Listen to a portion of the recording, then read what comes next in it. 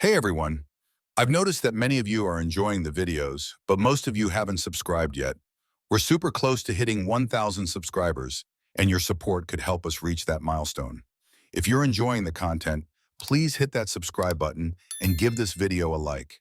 It really makes a huge difference and helps us keep creating more awesome content. Thank you so much for watching and supporting. The annual company party at Delphix Solutions was in full swing. Laughter echoed through the open bar, and the air hummed with the buzz of conversation. I scanned the room, feeling a quiet pride settle in my chest. This was my world, one I'd spent years building. As a senior software developer, I had respect, stability, and what I thought was a solid marriage. Lily stood across the room, laughing at something one of my coworkers said, her drink held daintily in her hand. She looked perfect, too perfect. Something about the way her eyes flickered down to her phone every few minutes gnawed at me.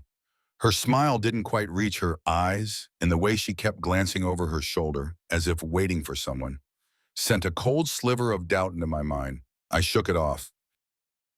We'd been married for 8 years. She was just distracted, probably bored. But then she did it again. A quick glance down at the screen, a subtle swipe with her thumb, and her face lit up in a way that was unfamiliar. That smile, more intimate than anything she'd shown me all night. My stomach tightened. I pushed the unease away, but it clung to me. By the time we got home, it was late. She kissed me goodnight, the same way she always did. Mechanical, brief, distant, and went to bed. I lay awake for hours staring at the ceiling. Something was wrong. But what? The next morning, I tried to ignore the growing knot in my chest. I had work to focus on, deadlines to meet, but that gnawing feeling wouldn't leave. I tried to brush it off as stress, maybe paranoia. Maybe I was just overthinking things, but it wasn't just last night at the party. For the past few weeks, there had been a shift between us. Late nights at the office were becoming routine for her, unanswered texts, excuses about work dinners, and last-minute meetings. All of it kept looping in my head, like pieces of a puzzle I couldn't quite put together. That morning, I noticed something small but jarring. As I stood in the kitchen, pouring coffee, I glanced at her phone, which was face down on the counter. Unusual for her. She always kept it face up. I tried to ignore the whisper in the back of my mind, but when her phone buzzed with a new message, she lunged for it, snatching it up before I could even glance at the screen. The smile she gave me was forced, the kind of smile you use when you're hiding something. "What's going on, Lily?" Madam. Yeah, it's been me. Yes, men. I asked, my voice tighter than I intended. She blinked at me, her expression immediately defensive. "Nothing, Brian, just work." Her tone was clipped, dismissive. There it was again. That cold wall between us. Something was wrong and I couldn't shake it anymore. I had to know. The doubts grew sharper as the days passed. Every conversation between us felt hollow, like she was going through the motions. The warmth we once shared was gone, replaced by silence and distance. She'd come home late, say she was tired, and retreat to the bedroom without so much as a glance in my direction. I couldn't help but notice how indifferent she seemed to everything that used to matter. I mentioned a project I'd been working on, something I was proud of, and she barely acknowledged it. Her response was vague, distracted, like I wasn't even there. Then there were the whispered phone calls late at night. I'd wake up to hear her murmuring into the phone, her voice low and conspiratorial. When I asked who she was talking to, she'd wave it off. "Just work stuff. Go back to sleep." But I wasn't sleeping. My mind was racing, trying to make sense of the subtle shifts in her behavior. The distance, the secrets. Every small detail seemed like a clue, pointing me towards something I didn't want to see. Our marriage had always felt stable, like a house built on solid ground. Now it was like I was standing in quicksand. The more I tried to find my footing, the deeper I sank. And the worst part was, I couldn't tell if I was being paranoid or if something real was lurking beneath the surface. The passive-aggressive digs began to surface, little jabs I wasn't used to. She'd make a sarcastic comment about my work hours or dismiss my achievements as if they were nothing. The once subtle cracks in our relationship were widening, and I couldn't tell if it was my fault or hers. Maybe it was both. I started watching her more closely. Every move she made, every word she said, I analyzed with a new level of scrutiny. I began to wonder if I'd missed the signs all along. Had this distance been there for months? Years? One night after a particularly cold dinner, I noticed her phone light up again. Another message she quickly dismissed. When she went to take a shower, I picked up her phone. It was locked, a new password. My stomach dropped. There was no denying it anymore. Something was very wrong. I tried confronting her, easing into the conversation as gently as I could. "Lily, we've been off lately," I started, trying to keep my voice steady. "Is there something you're not telling me?" She barely looked up from her laptop, her response as icy as I'd expected. "I don't know what you're talking about. Everything's fine." Fine, that word hit like a slap. Nothing about us was fine, but every time I pushed, she pulled further away. It was like trying to talk to a stranger who'd already made up their mind to leave. The nights grew longer, filled with silence and cold shoulders. Her behavior became erratic. Long work trips she never mentioned until the last minute. New friends she claimed were from work, but never brought around. Everything about her screamed secrecy. As the weeks dragged on, the tension between us became unbearable. My mind was at war with itself. Was I being paranoid? Was I seeing things that weren't there? Or was my wife really hiding something from me? It was the little things that began to pile up. The way she avoided eye contact. The way her phone never left her hand. The distant way she spoke to me, as if I were an obligation rather than a partner. It all gnawed at me day after day until I couldn't stand it anymore. I started to lose focus at work. My productivity dipped, and my coworkers noticed. I was distracted, lost in my own head, replaying every moment with Lily, trying to piece together the puzzle that had become our marriage. The tipping point came one evening when she came home late, again. I was sitting in the living room waiting, the tension so thick it could have choked us both. She barely acknowledged me as she walked in, her phone already in her hand, typing furiously. "Who are you always texting?" I asked, the frustration boiling over before I could stop it. She glanced up, her expression blank. "Brian, it's work. I told you I'm busy. Why are you always asking me this?" "Because you're never here anymore."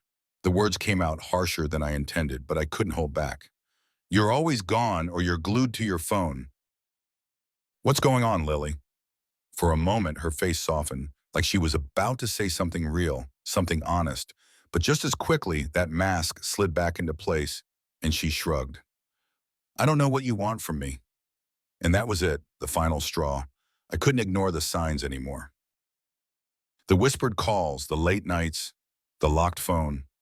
My wife was hiding something, and I was going to find out what it was.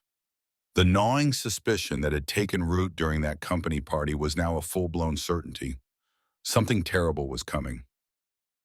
And no matter how much I wanted to deny it, I knew it was only a matter of time before my world completely unraveled. The weight of suspicion was crushing me. Every day felt like a tightrope walk between doubt and fear, with no way off. My focus at work slipped, my attention wandered during meetings, and my productivity tanked. It didn't go unnoticed. Coworkers asked if everything was okay, but how could I explain? I wasn't even sure what was wrong. I could only feel it, like a storm building in the distance, ready to sweep everything away. My relationship with Lily had become nothing but a hollow shell. Conversations were a forced routine, empty words exchanged for the sake of it. When she was home, which was becoming less frequent, her presence felt distant, almost like she was a stranger. I kept trying to reach out, but each time I felt like I was falling deeper into a pit with no bottom. There was one morning when I made an effort. I asked her about her plans for the day, trying to keep things light, normal. She gave a vague answer about a work trip, something about new accounts she was handling. My gut twisted with the urge to press, but I didn't. I let it go, choosing to play it cool, but I couldn't help noticing the details she'd missed. Her laptop still sat on the counter, untouched. If it was such an important work trip, how could she forget the one thing she always took with her? The excuse felt like another brick in the wall between us. The next morning, Lily left early, heading off for her trip without so much as a kiss goodbye. I watched from the window as she pulled out of the driveway, the same knot tightening in my chest. I could feel the lie. The way she avoided my eyes that morning, the way she hurried out the door, it screamed of deceit. But without proof, all I had were these feelings, this nagging sense that the woman I loved was slipping further and further away from me. The house was suffocatingly quiet after she left. I stood in the kitchen for what felt like hours staring at her abandoned laptop. My mind ran through scenarios, possibilities. Should I open it? Check for something? But no, that wasn't me. I wasn't going to become the paranoid husband, digging through emails and texts, searching for something I wasn't even sure existed. Then her phone buzzed. I glanced at the screen, seeing a notification flash before it locked again. Instagram. She'd left it charging on the counter. My eyes were glued to it, thoughts racing. Lily was never careless with her phone, always glued to it or hiding it from view. But here it was, left unattended. I wrestled with the urge to pick it up, to go through her messages, but it felt too invasive. No, I needed something more concrete than stolen glances at her social media. Later that evening, I checked her Instagram profile. Everything seemed normal. Posts about work events, smiling selfies, everything perfectly curated. But then I noticed something odd. She'd gone private. Lily was never private on social media. She always kept her accounts open, welcoming the attention. It was strange, another red flag. The doubt that had started as a whisper was now a constant, gnawing presence in my mind. I tried to focus on work, but my mind kept circling back to her. I wasn't sleeping well, the insomnia dragging me down, making me irritable and short-tempered with everyone. At the office, I found myself snapping at my team, even though they'd done nothing wrong. I was unraveling, and I could feel it. I couldn't afford to lose focus. I had to stay sharp, figure out what was really going on. The breaking point came 2 days later. Lily had come home late again. She barely acknowledged me when she walked in, heading straight for the bedroom without a word. After she fell asleep, I sat in the dark, the weight of everything pressing down on me. The silence was unbearable. I needed answers. I needed the truth. And that's when it happened. An email pinged on my phone, anonymous, no subject line, just a link. My heart pounded as I stared at it, my thumb hovering over the screen. Something told me not to open it. This was it, the point of no return, but I couldn't stop myself. I clicked the link, and the video opened in my browser. It was me. At least it looked like me. The image was grainy, but clear enough. I was in a hotel room with a woman I recognize, a coworker from the office, Samantha. We were laughing, touching, and then it got worse. My stomach twisted as I watched. My face, my voice, it was all there, caught on camera, in vivid detail.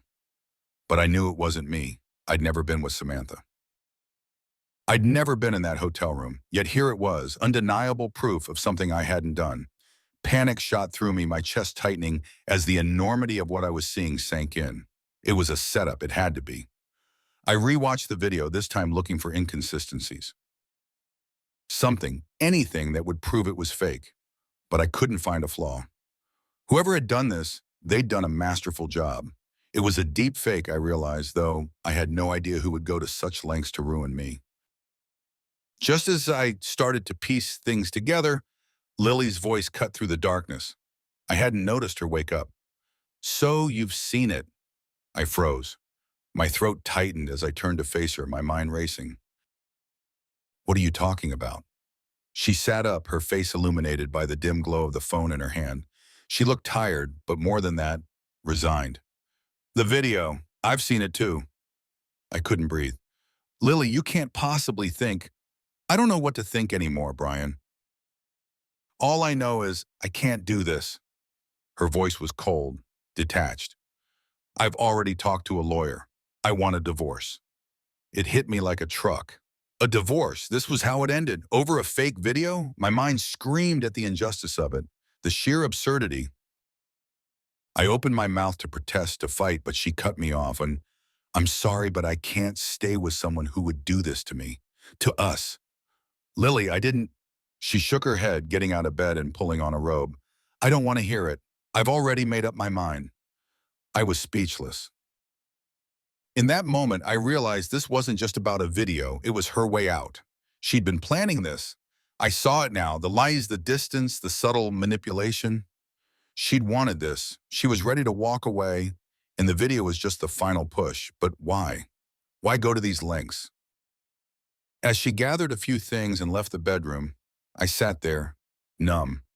The woman I'd loved, the woman I thought I knew, was gone.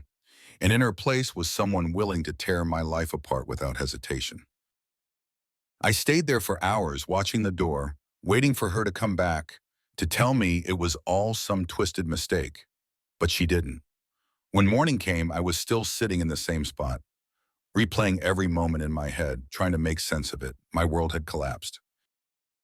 Everything I had built, everything I thought was real, had been a lie. And now, with that video, she was going to destroy me completely. But as the shock began to fade, something else rose in its place. Anger, no, rage. I wasn't going to let her win. I wasn't going to be the victim of whatever twisted game she was playing. She and whoever helped her create that video wanted to ruin me, make me out to be the villain. They thought they'd broken me. They were wrong. This wasn't over. Not by a long shot. I didn't care what it took. I was going to expose the truth. I was going to make her and her accomplice pay. I would tear down everything they thought they had so carefully constructed, and I wouldn't stop until they were left with nothing. I spent the next few days locked in a haze of disbelief, anger, and confusion. My mind had replaying the video over and over until I knew every second of it by heart.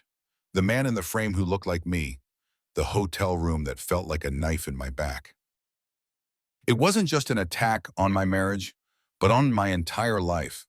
The job I'd built, the reputation I'd earned, all of it hanging by a thread because of a lie. They thought they could destroy me.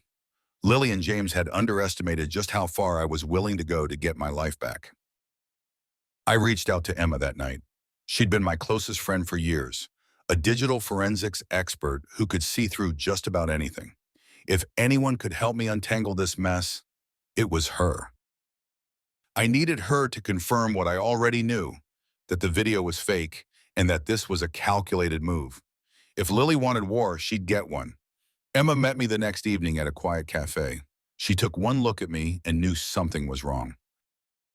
I wasn't the same guy she'd last seen, the one with a thriving career and a stable life.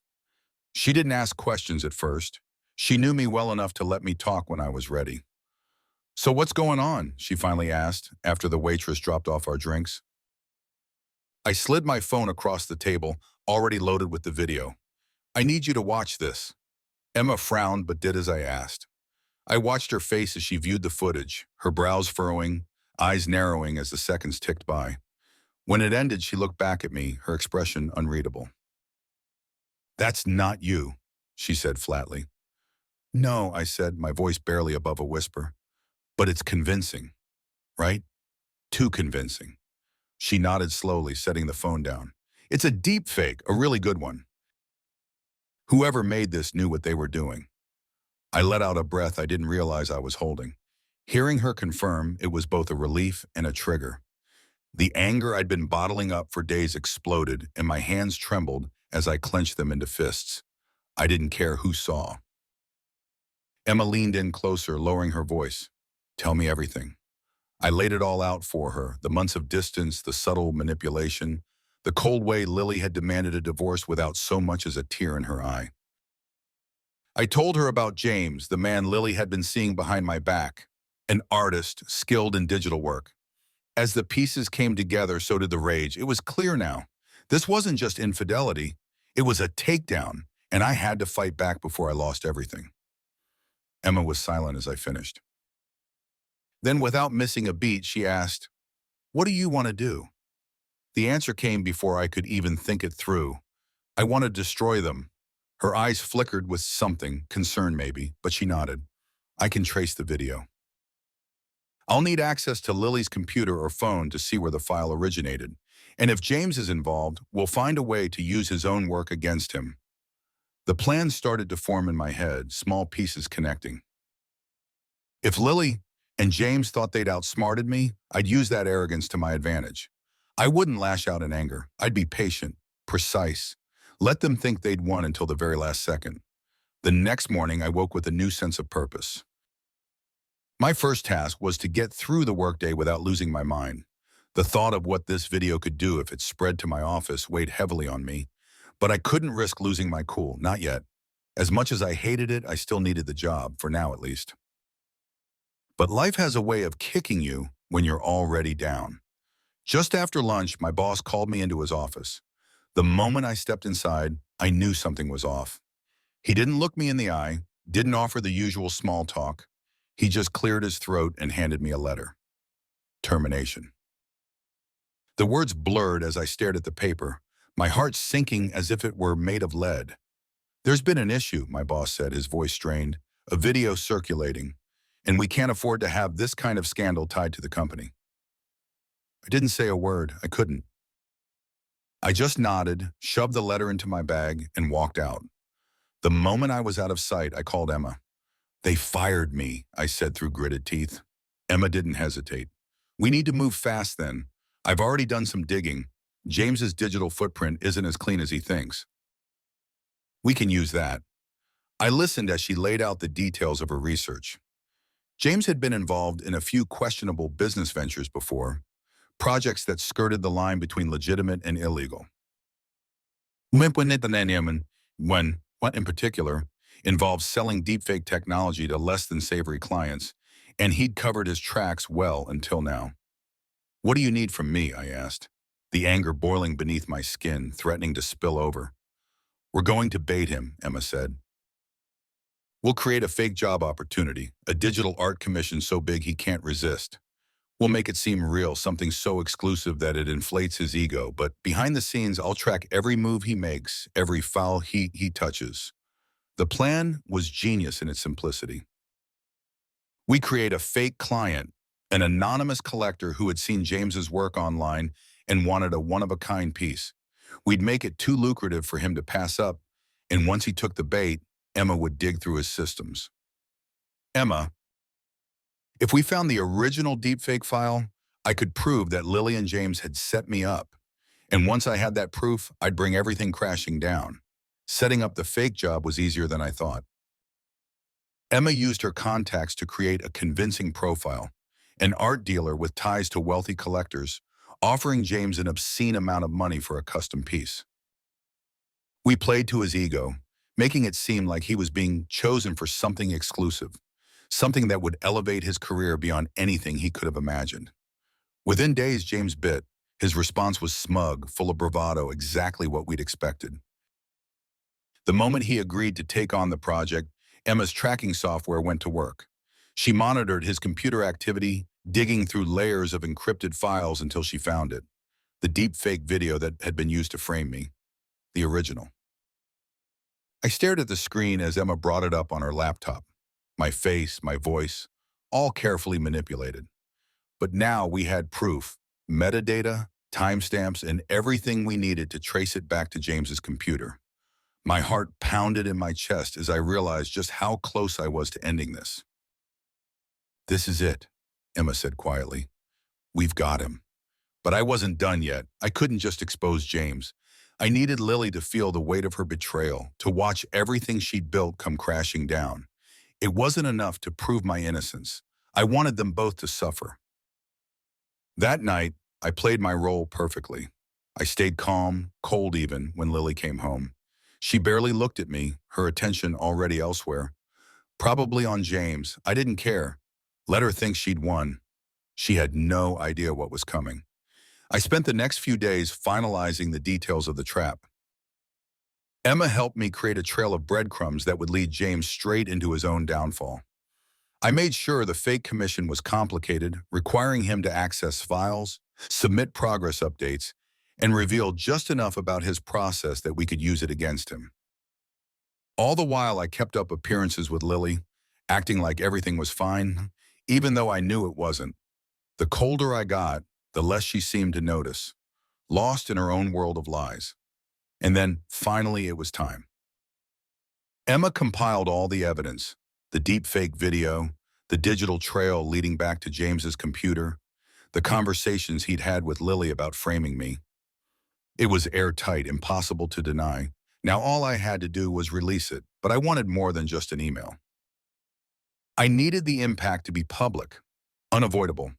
So I arranged for James's work to be showcased at a prestigious art gallery event, one that Emma had already infiltrated with the right contacts. He had no idea that his big break would be his undoing. The night of the event, I walked into the gallery with a sense of purpose. James stood at the center of it all, basking in the attention, completely unaware of what was coming. Lily wasn't far behind, her face glowing with pride, as if they'd already won. But that was about to change. With a single keystroke, I sent the evidence to every major news outlet, every client James had ever worked with. And then I watched as the room slowly descended into chaos. Phones buzzed, whispers spread, and before long, the truth was out. James's smug smile faded as people began pulling him aside, showing him the damning evidence on their screens. Lily's expression shifted from confusion to horror as the realization hit her. This wasn't just a scandal. It was the end. They tried to fight it, to deny everything, but it was too late. The damage was done. The gallery owner demanded that James leave immediately, his reputation in ruins. And Lily? She was left standing alone in the wreckage. Everything she'd done to me, now public knowledge. As I walked out of the gallery that night, I felt a strange sense of calm. I'd won. I'd taken back control of my life, exposed the lies, and left them both with nothing. But even as I left them behind, a part of me wondered if I'd lost something too. The person I used to be, the one who trusted, who believed in love and loyalty, was gone. In his place was someone colder, sharper, someone who had learned the hard way that revenge comes with a cost. And yet, as I stepped into the night, I didn't regret a thing. I walked out of the gallery into the cool night air, the adrenaline still pumping through my veins. The night had gone exactly as I'd planned, yet I couldn't shake the strange feeling gnawing at me. I'd exposed them, Lily and James. The whispers in the gallery, the stunned looks on their faces, the murmurs of shock as the truth spread like wildfire. It was everything I had imagined. And still, something inside me felt hollow, but there was no time to dwell on that now. I wasn't finished. My plan wasn't just about public humiliation. It wasn't enough to ruin their reputation. I wanted to take everything. The next morning, I woke up to a flurry of notifications, texts, emails, and calls. Word had spread. Social media was ablaze with the fallout from the gallery incident, and James's name was trending, but not for his art. News outlets had picked up the story, and my inbox was filled with messages from reporters, former colleagues, and even a few people I hadn't heard from in years. They all wanted to know what had happened. I ignored the noise, my mind focused on the next phase. While James and Lily were dealing with the aftermath of their public disgrace, I had one more move to make. I'd been keeping tabs on their finances, monitoring their business deals and personal accounts with Emma's help. James had banked everything on this digital art deal, and now that it had blown up in his face, he was left vulnerable. That afternoon, I sent the final piece of the puzzle into motion. I transferred all the evidence, the deepfake video, the metadata that traced it back to James and the emails between him and Lily into a neatly organized file and sent it to the corporate office of James' biggest investor. I dug deep, finding out that James had been leveraging his reputation for a massive investment deal, one that would secure his future in the art world. I knew exactly what kind of scandal would ruin any chance of him sealing that deal. It didn't take long for the response to come. Within hours, James was dropped from the project, his future with the investors obliterated. His financial safety net had been cut, leaving him with nothing but the wreckage of his career. I sat back, watching it all unfold from a distance. The pieces were falling into place, and I felt the satisfaction that had eluded me earlier. I'd taken everything from them, just as they'd tried to take everything from me. But the real test came that evening when I returned home. Lily had been gone for most of the day, and I knew she was out trying to figure out how to salvage her life. I'd expected her to come home with fury, denial, or maybe even fear.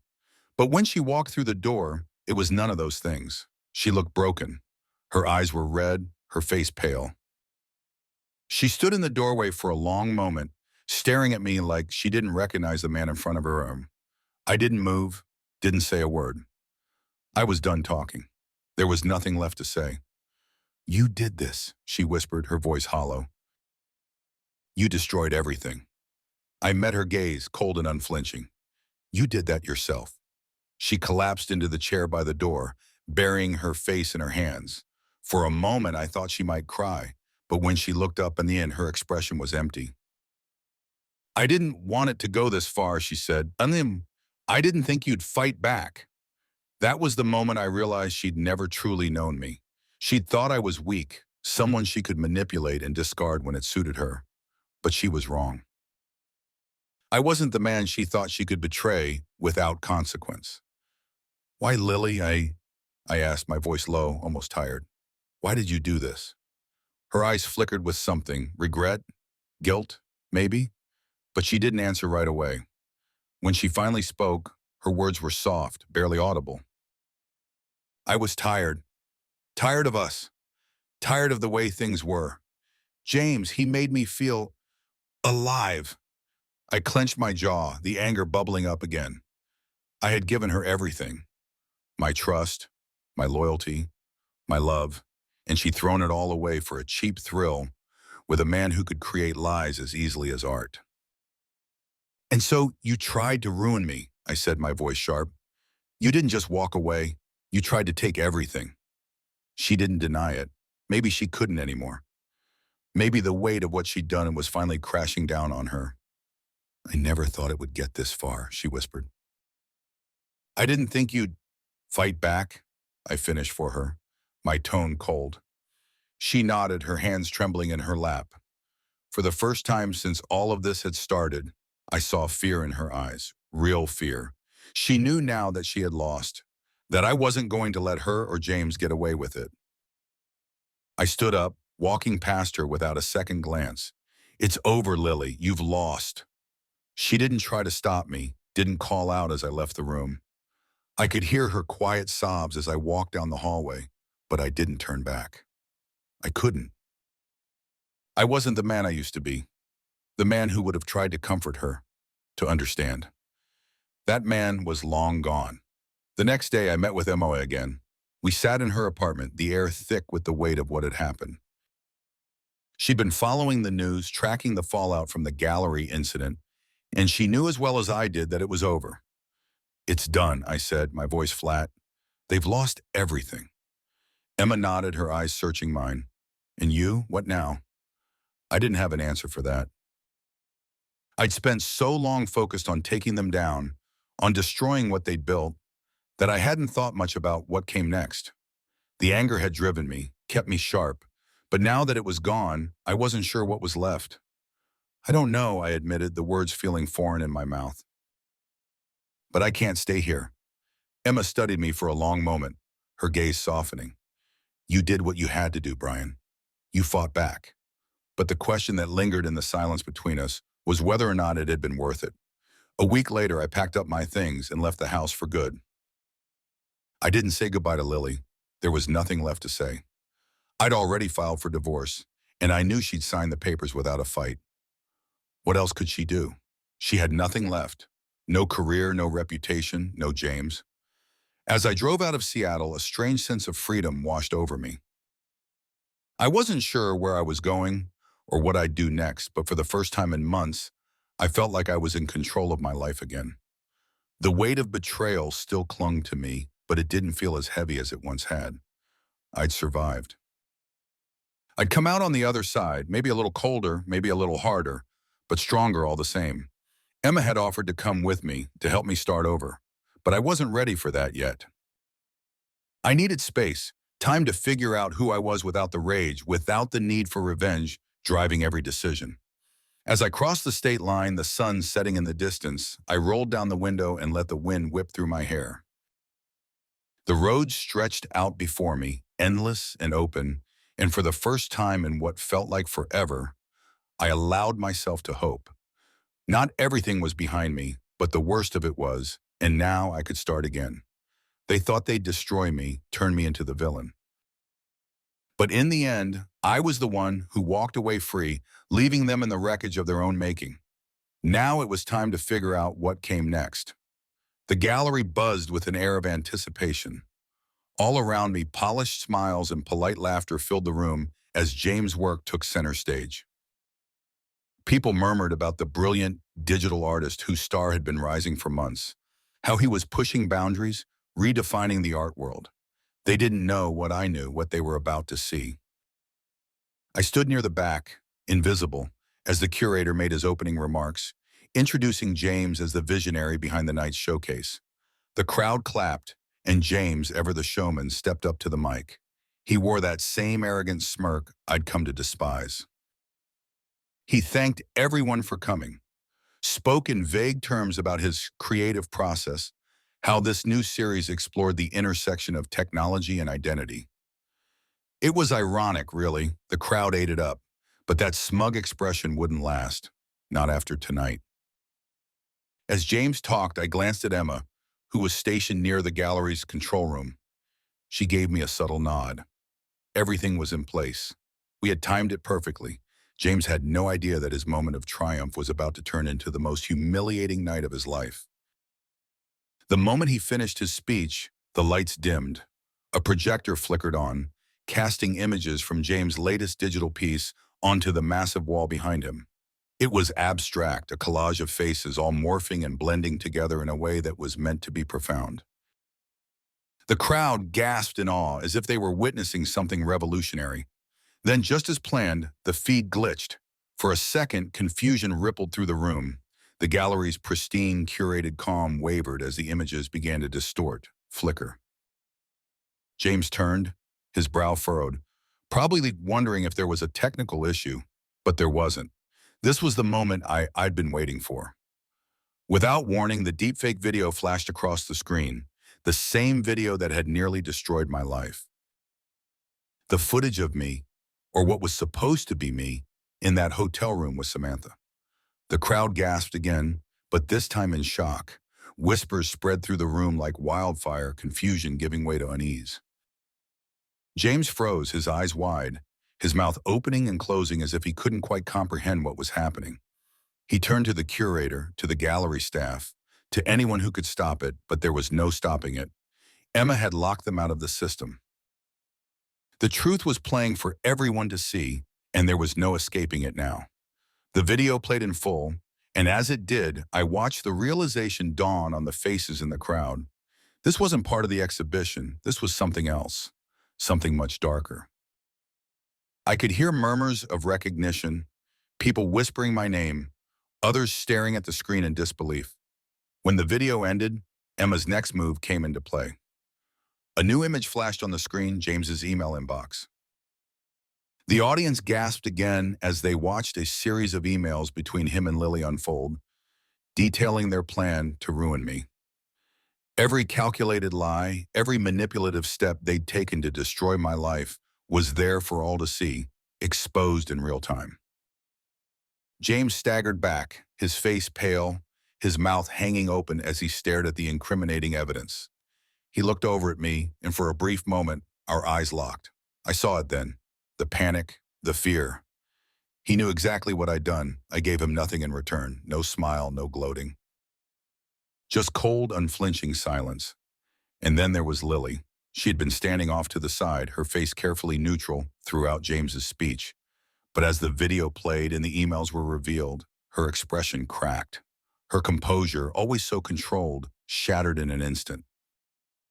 Her eyes darted around the room, looking for a way out, but there was none.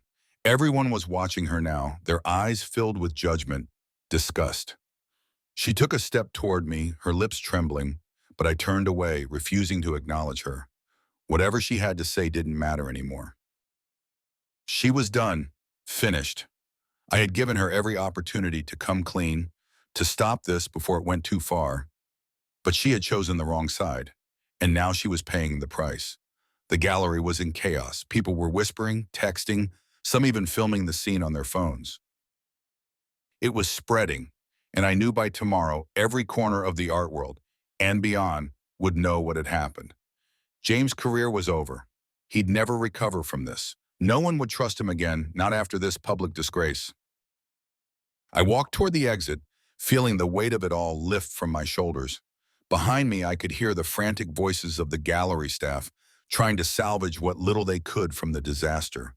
But it was too late. The damage was done. Lily called out to me as I reached the door. Her voice was desperate, broken.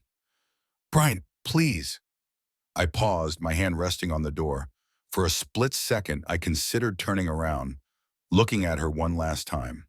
But I couldn't, not after everything. So I walked out, leaving her and James to face the ruins they had created. The aftermath was swift and brutal. The next day, headlines splashed across every major news outlet. Acclaimed digital artist exposed in scandal. Affair and fraud, rock art world. My phone buzzed constantly with messages from people I hadn't spoken to in years, all wanting to know the details. I ignored them all. James disappeared from public view almost immediately. His gallery show was canceled, his contracts terminated. Investors pulled out, leaving him bankrupt and disgraced. Lily, she didn't fare much better. The whispers followed her everywhere.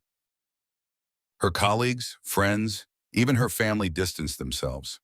She was toxic now, a pariah, just like they'd tried to make me. But I wasn't celebrating, not like I thought I would. I had won, that much was clear.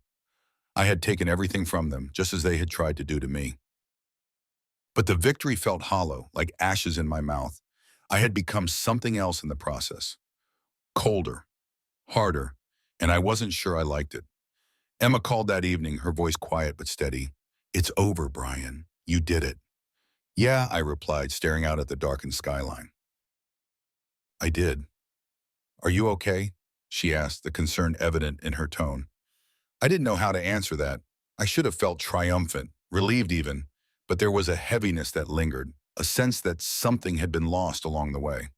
"I'm fine," I said, though I wasn't sure if I believed it. I don't know where to go from here." There was a long pause on the other end, and then Emma spoke softly. "You don't have to figure it out tonight." Her words hung in the air, a small comfort in the wake of everything that had happened. I thanked her and hung up, leaning back in my chair, letting the silence wash over me. The next few days passed in a blur. The world moved on, as it always did. James and Lily faded from the headlines, their names replaced by the next scandal, the next distraction. But the weight of what I'd done stayed with me. One evening I found myself standing outside the gallery again, the place where it had all come crashing down. The lights were off now, the windows dark and empty. I stared at the building for a long time, remembering the look on James' face, the fear in Lily's eyes. I had done that. I had orchestrated their fall, and in doing so I had reclaimed my life. But at what cost? I turned away, walking down the quiet street, my footsteps echoing in the night. The air was crisp, and as I breathed it in, I realized something. I wasn't the same man who had walked into that gallery weeks ago, desperate and broken. I had changed. I had fought back, and I had won. But somewhere along the way, I had lost a part of myself too. As I rounded the corner, I looked up at the stars, the vastness of the night sky stretching out above me. For the first time in months, I felt something close to peace. They thought they could ruin me. They thought they could destroy everything I'd built. But in the end, it was them who had been undone. And now, with the weight of their betrayal lifted, I could finally move forward. Not as the man they had tried to break, but as the man who had survived it all. The weeks following the gallery fallout were quiet, too quiet. I had been so consumed by the rush of my plan, by the sheer momentum of revenge, that now, without the target in front of me, it was hard to know what to do next. The storm had passed, and all that was left was debris. Lily and James had faded from my life completely. I hadn't heard from either of them since that night. I imagined them both trying to pick up the shattered pieces of their reputations, their lives. But I didn't think much about it. I had to focus on rebuilding my own. The first step was leaving Seattle. Every corner of the city held memories I didn't want anymore. My life here was tainted, the streets littered with ghosts of what I thought my future would be. I needed a fresh start, somewhere far away from the ruins. It wasn't running, it was survival. Emma helped me with the logistics, finding a place, moving my things, making sure I didn't slip back into the numbness that had threatened to take over. She was my constant through it all, always there, never pushing, but always knowing when to ask the right questions. "You sure about this?" she asked me one evening as we packed the last of my boxes. Her apartment was cluttered with the remnants of my old life, documents, clothes, boxes filled with the pieces of a past I didn't want to carry with me anymore. I nodded, taping the final box shut. "I have to be. I can't stay here." Emma watched me for a moment, and I could feel the weight of her concern. She knew better than anyone what I had gone through, how much it had changed me. But she never judged, never tried to steer me away from the choices I made. She simply stood by, always ready to catch me if I fell. "I'll miss you," she said softly. I looked at her, the woman who had helped me pull off everything, the one person who had seen me at my worst and stayed. "You could come with me." The offer hung between us, loaded with possibilities neither of us had dared to touch before. She smiled, a say-a-man knowing smile, and shook her head. "You need this on your own, Brian. You need time to figure out who you are without all of this." She was right. Emma had been my anchor, but I couldn't lean on her forever. Not until I knew I could stand on my own.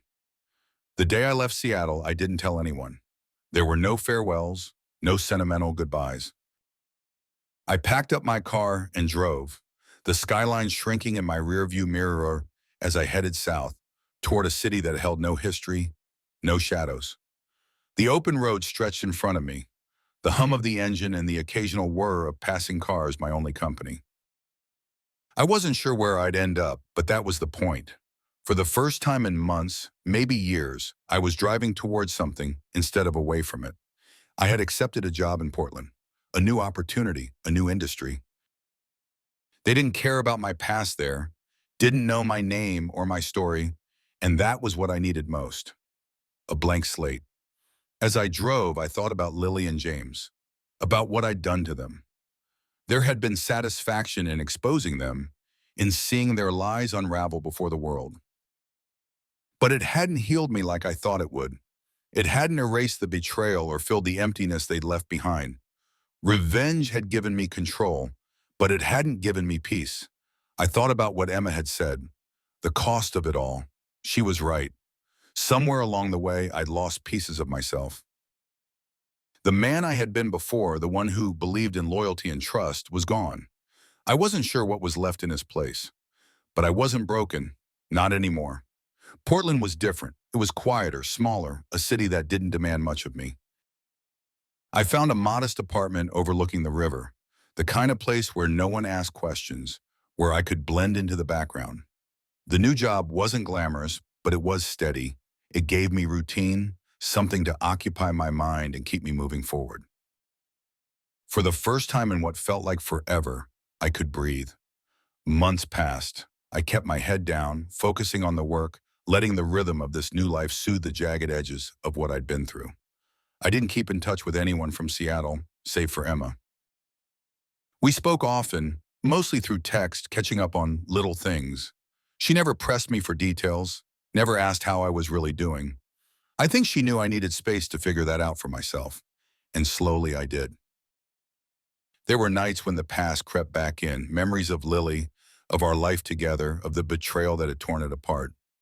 But with each passing day, the weight of it lessened. I had survived it, and I wasn't the same man anymore, but maybe that wasn't such a bad thing. I had learned things about myself, about strength, resilience, and the capacity for darkness that existed inside all of us. I had faced it, embraced it, and come out on the other side. That realization brought me a kind of peace I hadn't expected. One evening, as I stood on the balcony of my apartment, watching the sunset over the river, my phone buzzed. It was Emma. "How's the new life?" she asked. I smiled, leaning against the railing. Quiet. Peaceful. That sounds nice. It is, I said, and for the first time I really meant it. We talked for a while about nothing in particular, just the kind of conversation that felt easy and familiar. I hadn't realized how much I missed it, missed her, until then. Maybe I'll visit sometime, she said after a pause. You should, I replied, surprised at how much I wanted that. We hung up, and I stared out at the fading light, thinking about the road I had taken to get here. It had been messy, brutal at times, but it had brought me to this moment, this place where I could finally start again. Lily's betrayal had changed me, but it hadn't broken me. And now, as the last of the sun dipped below the horizon, I felt something I hadn't felt in a long time. Hope. Months later, I found myself standing on the edge of a new beginning. My apartment was still sparse, the walls bare, but I didn't mind. It felt good to have space, to have room for something new to grow. I thought about Lily and James less and less. I didn't need to follow up on their lives, didn't need to know what had become of them. Their chapter in my story was over. I had won, but not in the way they'd expected. I hadn't become the monster they tried to create. Instead, I had become someone stronger, someone who could move on without carrying the weight of their lies. As I packed a few things for a weekend trip back to Seattle, a quick visit to see Emma and tie up a few loose ends, I looked around my apartment and smiled. It wasn't much yet, but it was mine, and that was enough. I was ready to start again. The drive back to Seattle felt different this time, lighter. I wasn't returning to the scene of my destruction. I was going back as someone who had survived it, someone who had come out on the other side.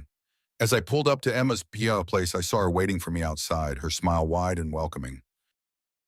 She hugged me tightly, and for a moment I just let it happen. Let the familiarity of her presence remind me of how far I'd come. You look good, she said, stepping back to study me. So do you, I replied, meaning it. Go to. We spent the weekend catching up, revisiting old haunts, talking about everything and nothing. But there was a sense of finality to it, a quiet understanding that this was the last time I'd look back. On the last night, we stood by the waterfront, watching the boats drift by under the moonlight. Emma slipped her hand into mine, and for the first time, I didn't flinch away. You'll come visit again, right? She asked, her voice soft. I nodded, squeezing her hand. Yeah, I will. And as I stood there, the cool night air brushing against my skin, I realized something. I was free. Not just from Lily, not just from the whiz and the betrayal, but from the man I had once been, the man who had been broken by it all. Now I was someone new, stronger, wiser, and for the first time in a long time, I wasn't afraid of what came next. I was ready. As Emma and I walked away from the water, hand in hand, I looked out at the horizon, filled with a quiet sense of hope. It wasn't the end of my story. It was the beginning of something new.